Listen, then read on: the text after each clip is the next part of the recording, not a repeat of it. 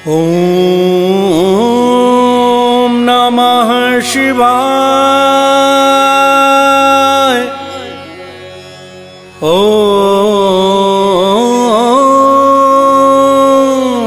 नमः शिवाय। दारिद्र्य दहन शिव स्तोत्रम।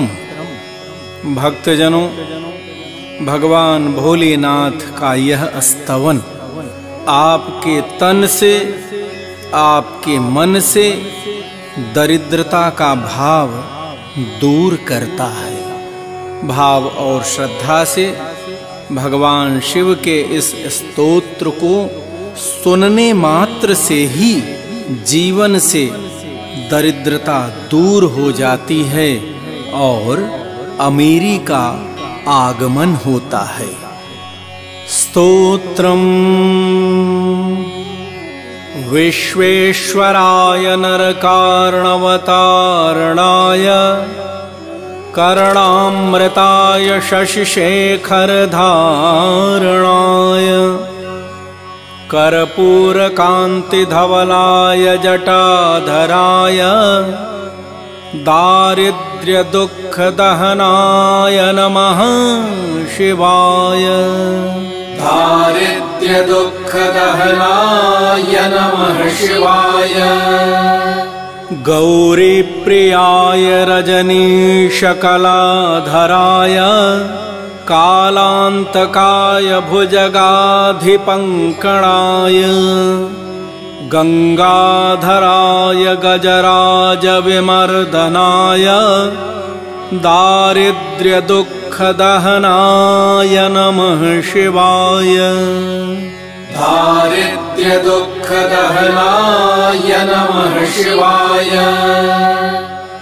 भक्त प्रियाय भवरोग भयापहाय उग्राय दुर्ग भवसागर तारणाय ज्योतिर्मयाय गुणनाम सुनृत्यकाय दारिद्र्य दुःख दहनाय नमः शिवाय।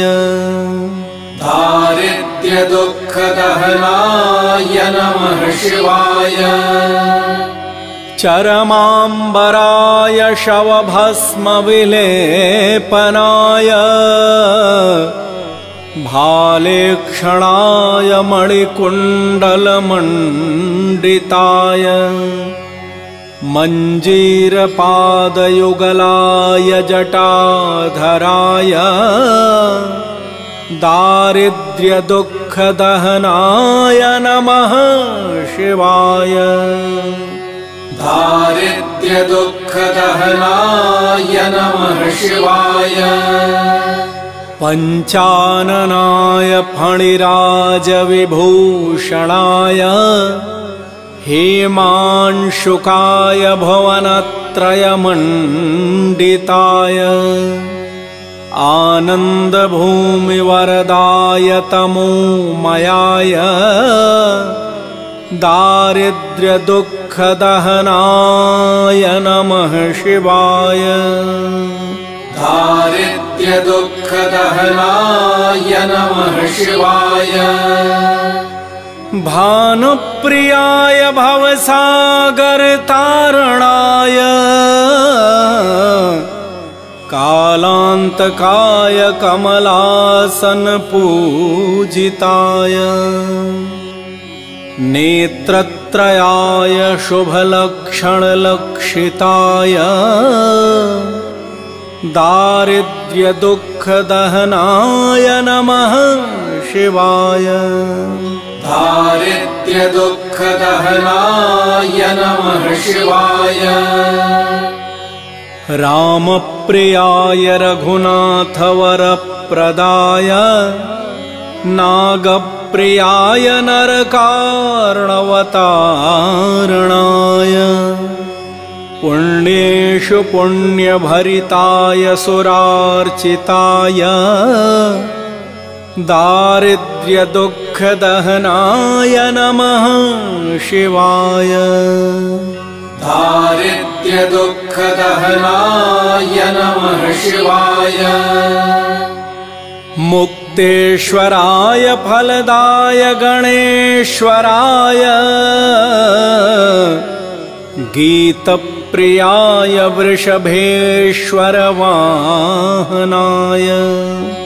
मातङ्गचरमवसनाय महेश्वराय। दारिद्र्यदुःखदहनाय नमः शिवाय। दारिद्र्यदुःखदहनाय नमः शिवाय। वसिष्ठेन कृतं स्तोत्रं सर्वरोगनिवारणं।